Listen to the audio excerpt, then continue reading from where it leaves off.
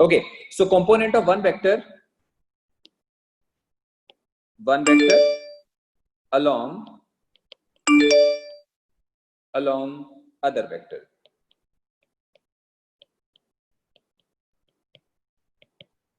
आप समझने की ट्राई करो बेटा थोड़ा सा, बहुत बढ़िया टॉपिक है।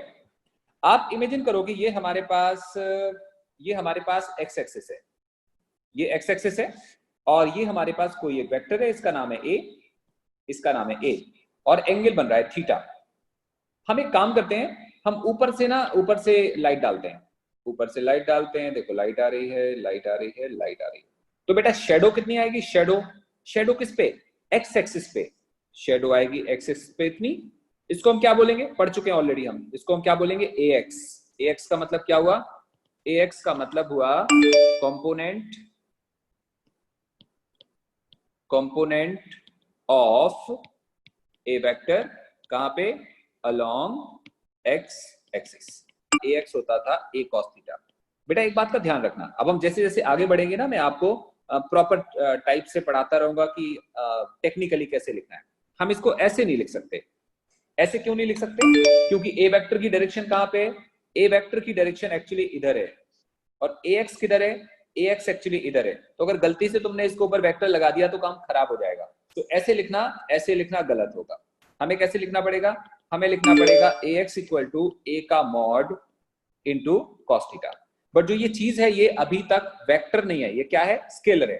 अगर कोई हमसे बोले कि ए एक्स वेक्टर बताओ कितना होगा, तो तुम क्या बोलोगे? तुम बोलोगे ए का मॉड इंटू कॉस थीटा, और साथ में आएगा आई कैप। कारण है ए एक्स की डायरेक्शन और ए की डायरेक्शन सेम नहीं है। तो जब तुम ए एक्स को वेक्टर फॉर्म में लिखोगे तो तुम्हें ऐसे लिखना पड़ेगा समथिंग इंटू आई कैप, क्योंकि हम कंपोनेंट कहां पे निकाल रहे हैं? एक्स एक्सिस के अलोंग निकाल रहे हैं।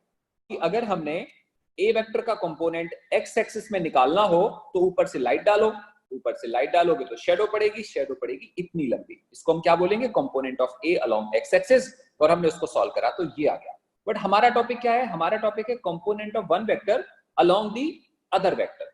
तो सपोज करो कि हमारे पास दो वेक्टर है।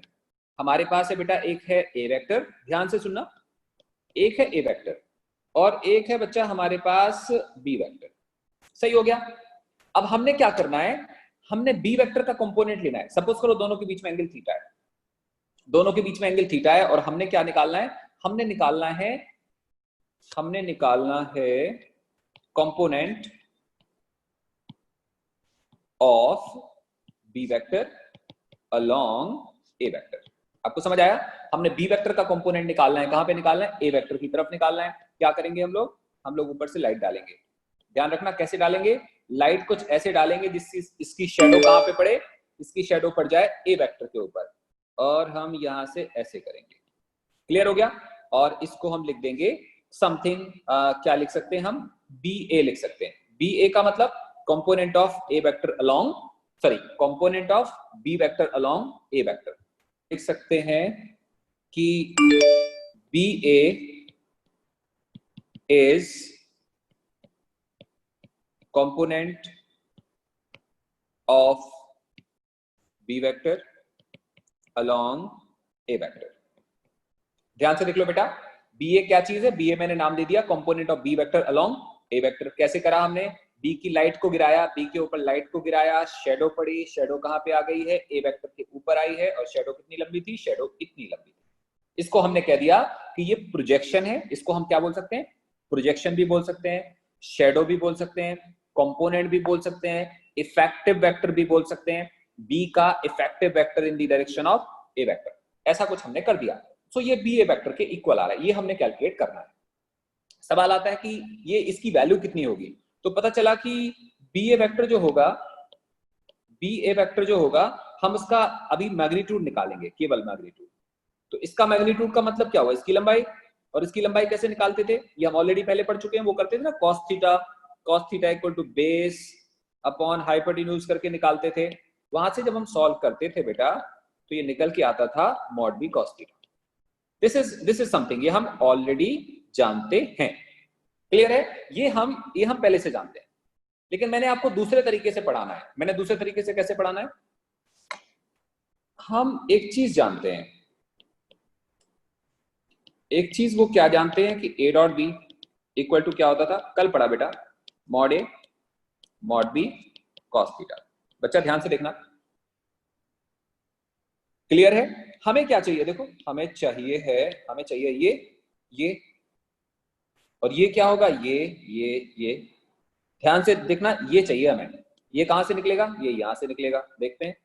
तो यहां से आएगा मॉड बी का cos theta is equal to बेटा A dot B upon mod B.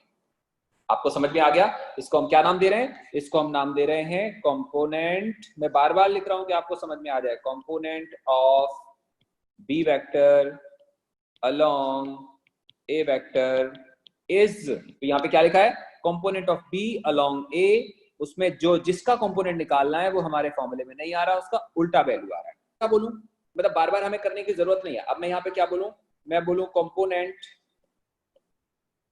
Component of A vector, देखो चेंज कर दिया मैंने, अलोंग बी वेक्टर। शायद आपको याद आ जाएगा अब क्या होना चाहिए, अब ये होना चाहिए equal to actually mod A cos theta. Confuse तो नहीं हो रहे? मॉड ए कॉस थीटा क्यों बेटा, ध्यान से देखो, अगर हमें बी का कंपोनेंट निकालना है बेटा, बी का कंपोनेंट निकालना है ए के डायरेक्शन में, बी का कंपोनेंट जब हम ए के डायरेक्शन में निकाल रहे थे तो क्या आ रहा था, तो आ रहा था बी कॉस थीटा। लेकिन अगर हम ए का कंपोनेंट बी के डायरेक्शन में निकालेंगे तो बी कॉस थीटा थोड़ी ना आएगा, फिर वो क्या आएगा, ए कॉस थीटा आएगा। तो यहाँ पे लिखा है component of A along B vector is mod A cos theta, और मॉड ए कॉस थीटा ऊपर वाले रिलेशन से देखो, यहाँ से मॉड ए कॉस थीटा किसके इक्वल होगा, देखो मॉड ए कॉस थीटा अलग करेंगे तो मॉड बी नीचे चले जाएगा, तो रिलेशन क्या आएगा, is equal to A dot B divided by क्या आएगा, मॉड, क्या लिखेंगे बच्चा, मॉड मॉड बी। यहां से भी हमें क्या दिखाई दे रहा है, यहां से दिख रहा है हम जिसका कंपोनेंट निकाल रहे हैं, जिसका कंपोनेंट निकाल रहे हैं, डिनोमिनेटर में वो नहीं आ रहा, कौन सा आ रहा है, दूसरा आ रहा है। यहां हम जिसका कंपोनेंट निकाल रहे हैं डिनोमिनेटर में वो नहीं आ रहा, कौन सा आ रहा है, दूसरा आ रहा है। क्लियर हो गया? एक काम करते हैं, छोटा सा एग्जांपल लिखते हैं, फिर आपको थोड़ा सा समझ में आएगा। एग्जांपल, जैसे कोई हमसे बोले देयर आर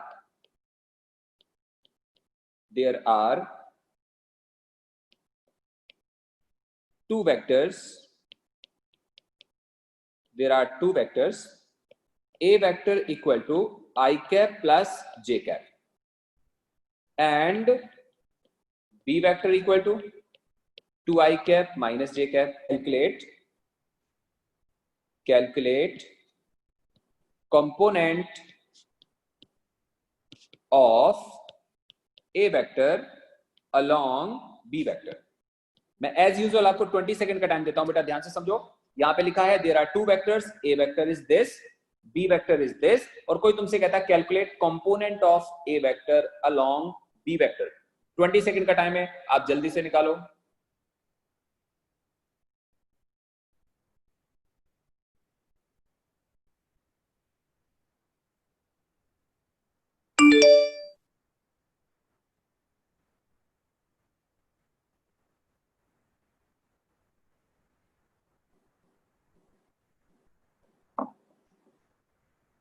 आई थिंक हो गया, चलो ट्राई करते हैं। मैंने अभी अभी आपको क्या बोला था, जिसका कंपोनेंट निकालते हैं, देखो बेटा component of A along B vector, जिसका कंपोनेंट निकालते हैं वो डिनोमिनेटर में नहीं आता है। इसका मतलब क्या हुआ, ये इक्वल टू आएगा, ये इक्वल टू आएगा A dot B. A dot B तो सब में आता है, बट नीचे कौन सा वाला वेक्टर आता है, दूसरा वाला। दूसरा वाला मतलब कौन सा, बी वेक्टर, बी का mod. Now this is equal to, A dot B निकालना तो आसान है, हम लोग पहले पढ़ चुके हैं। मैंने क्या बोला था, जब ए डॉट बी करते हैं तो आई के कोएफिशिएंट को आई के कोएफिशिएंट से कितना आएगा, इसमें 1 है और इसमें 2 है, कितना आ जाएगा 2, और जे के कोएफिशिएंट को जे के कोएफिशिएंट से इसमें कितना आएगा, -1। So that numerator would be 2 - 1 divided by, बेटा बी का मॉड याद करो कैसे होता था, अंडर रूट ऑफ आई के कोएफिशिएंट का स्क्वायर प्लस क्या लिखेंगे हम, जे के कोएफिशिएंट का स्क्वायर। तो उसके हिसाब से आएगा दैट वैल्यू वुड बी, आई के कोएफिशिएंट का स्क्वायर कितना आएगा, 4 के इक्वल, और आहिया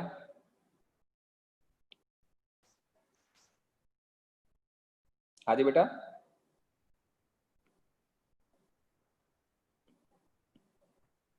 अच्छा बेटा, एक मिनट, एडमिट हो गया बेटा, ठीक है।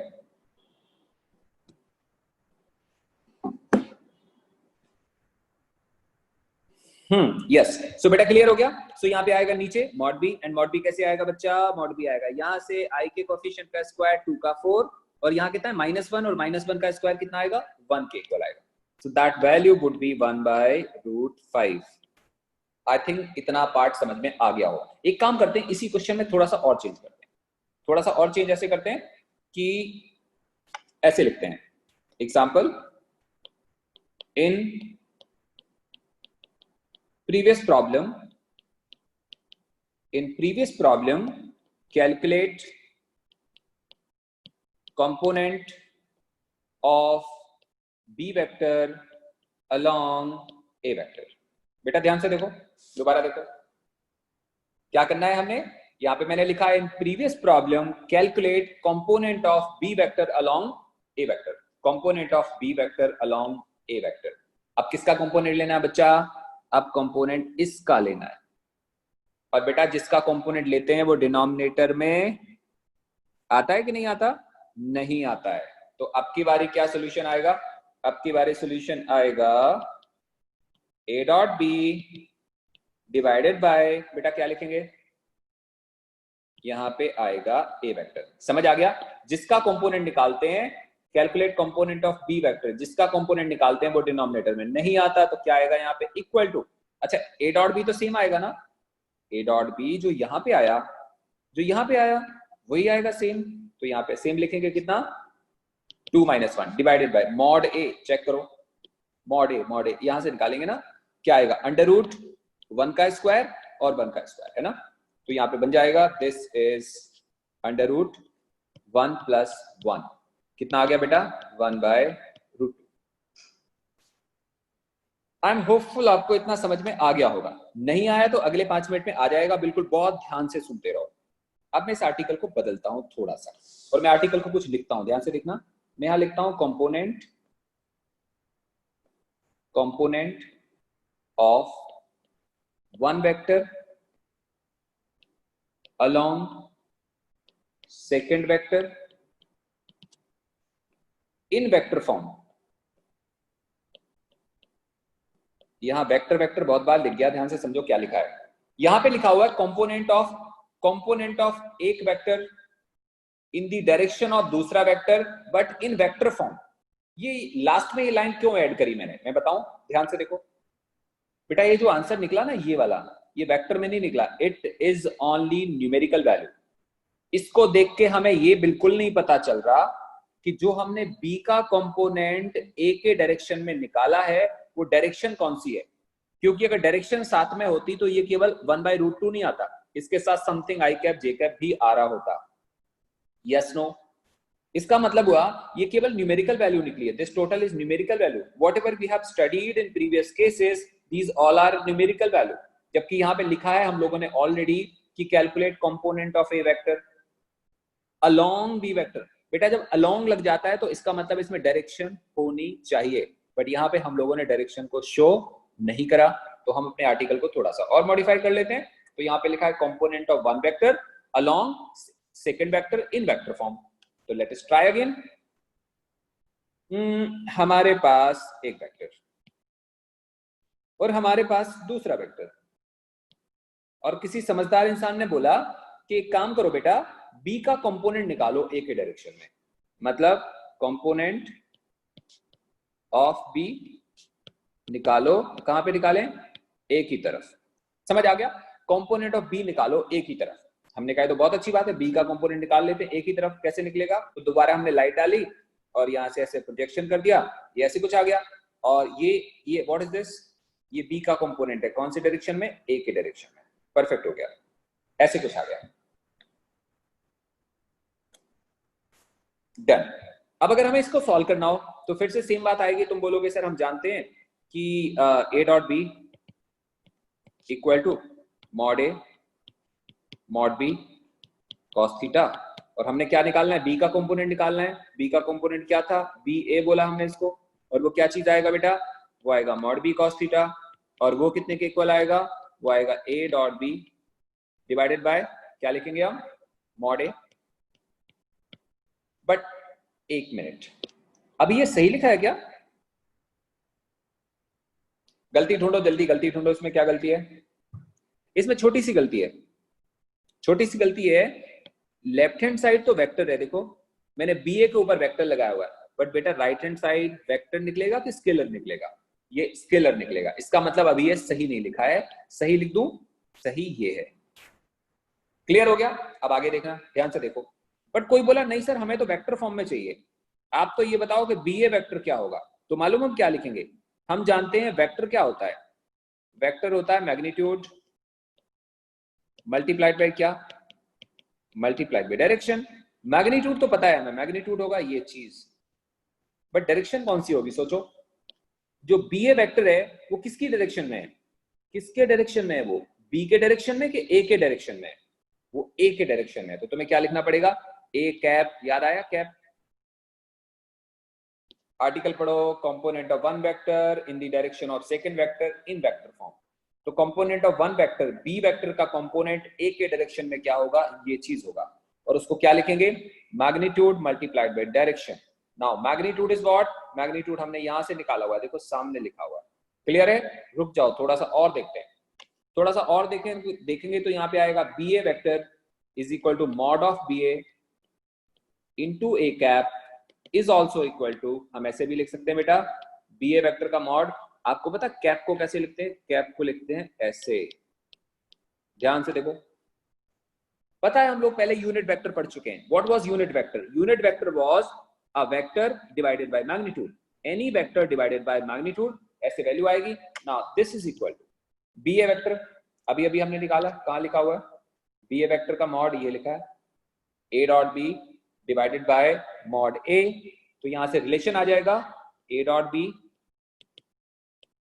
Divided by mod A into A vector divided by mod A is equal to A dot B divided by mod A का square into A vector. Wow, कितना बड़ा सा एक्सप्रेशन आ गया, बट आसान है। आप जैसे जैसे पढ़ते रहोगे आपको बहुत ग्रिप में बन जाएगा। अभी मुश्किल लग रहा होगा, but it is actually easy. मैं आपको दोबारा दिखाता हूँ, दोबारा दिखाता हूँ, चलो फिर से देखते हैं। This is A, this is B. B का कंपोनेंट हमने ए के डायरेक्शन में निकालना है, तो हम यहाँ ऊपर से लाइट डालेंगे। इस वाले वेक्टर का जो शेडो आएगा वो इतना बड़ा होगा, इसी को हम कंपोनेंट बोलते हैं, और इसका नाम हमने क्या दे दिया? बी ए। और हम अच्छे से जानते हैं, यहाँ मैंने थीटा नहीं बनाया, हम अच्छे से जानते हैं अगर ये एंगल थीटा होगा तो कॉस थीटा जब करेंगे तो हमारे पास बी ए वेक्टर की वैल्यू जो आएगी, बेसिकली बी ए का जो मॉड आएगा, ये आगे देखते हैं। Component of B vector along A, और वो क्या चीज आता है? वो बी ए आता है, और वो कितना होता है? वो हम जानते हैं बी कॉस थीटा होता है।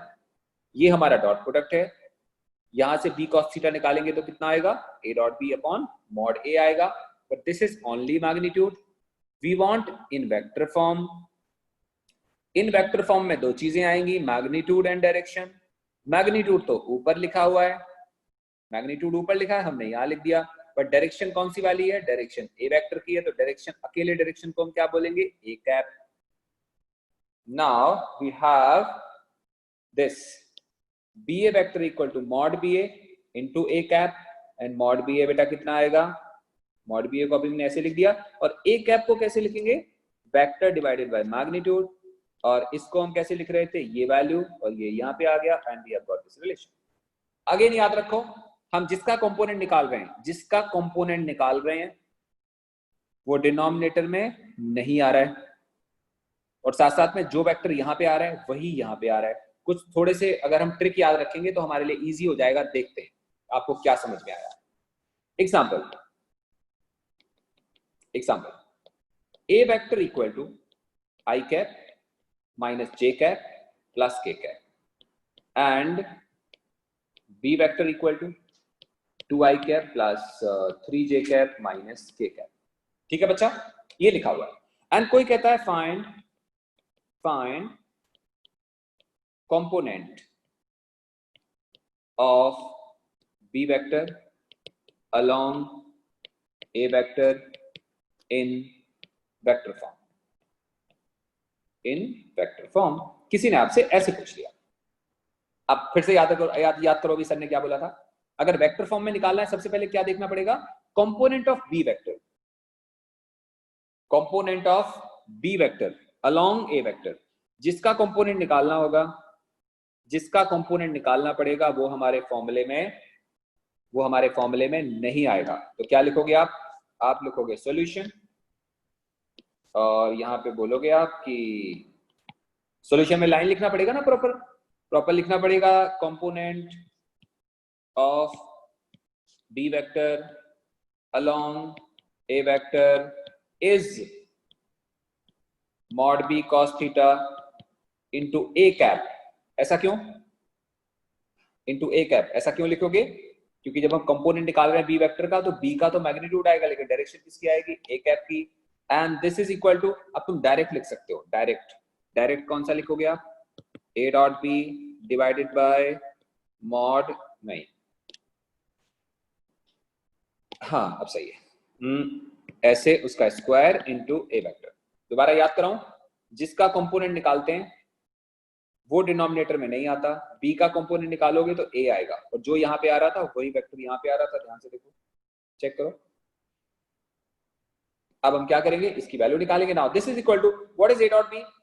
ए डॉट बी निकालना तो आसान होता था, कि मैंने क्या बताया था, आई के कोफिशिएंट को आई से, जे के कोफिशिएंट को जे से, और के कोफिशिएंट को के से मल्टीप्लाई करते हैं। बेटा आई को आई से मल्टीप्लाई करेंगे कितना आएगा 2, जे के कोफिशिएंट को जे से मल्टीप्लाई करेंगे -3, दिख रहा है ना आप लोग को, और के को के से करेंगे -1 divided by mod A. Mod A, बेटा मॉड ए कितना आएगा, मॉड ए आएगा इसका मॉड, और ये कितना होगा √3 होगा। √3 कैसे, 1 का स्क्वायर प्लस -1 का स्क्वायर, समझ तो आ रहा होगा यार, ये तो क्लियर होता है ना, √3 का होल स्क्वायर। और ए वेक्टर साथ में लिखना पड़ेगा, तो हम क्या लिखेंगे यहाँ पे, आई कैप माइनस जे कैप प्लस के कैप।